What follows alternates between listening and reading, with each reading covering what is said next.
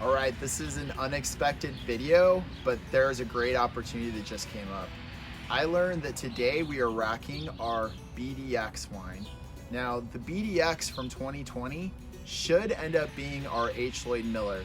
That is the quality of the barrels, the quality of the wine we're expecting from this. So we're gonna go inside and we're gonna be part of the first racking of the BDX blend. So let's go.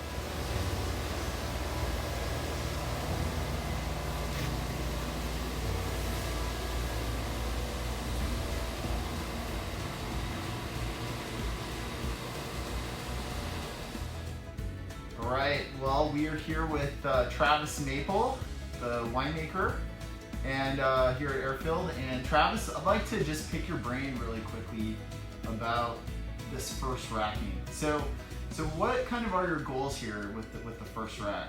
So with our first rackings, our number one goal is to start to get the wines cleaned up, a little bit more presentable for every time that we're going to taste these wines. They're a little easier to evaluate. Now with this first rack, what we're trying to do is we want to be able to assess each barrel, each aging vessel that the wine is currently being stored in. So with the lot that we're racking right now, we actually have several different brand new coopers. We have 2-year-old French oak and we have 3-year-old French oak. We want to make sure that we're keeping those barrels separate. That way we get a chance to evaluate each cooper. And then what the benefits of having a 2-year-old and a 3-year-old French oak barrel do. Now with the brand new coopers, there's obviously different toasting levels on each cooper, and each toasting level is going to give some different attribute to the wine. So we want to make sure that we're noticing that there's different toasts in those barrels and that those are also getting racked and returned back to that same barrel.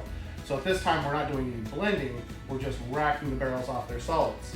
Now when we're racking off the solids, we're actually still kind of keeping a little bit of the solids. We do a process called if it flows, it goes. So what we're really only leaving behind is those thick solids. Now when we're racking, what we're doing is we're going into a tank.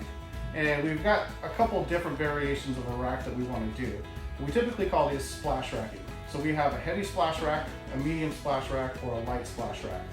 A heavy splash rack is only going to be used in cases of like certain reduction in the wines.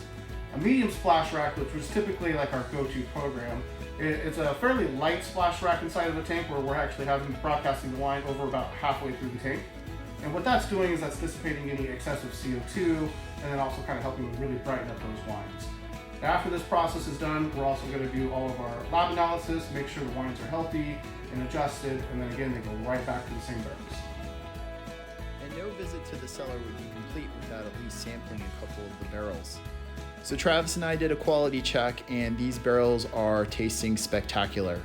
It will be really fun to follow the progress of the BDX and the H. Lloyd Miller over the 16 months to come before it finally makes its way into a bottle and then eventually into the tasting room. Thanks so much for watching my video.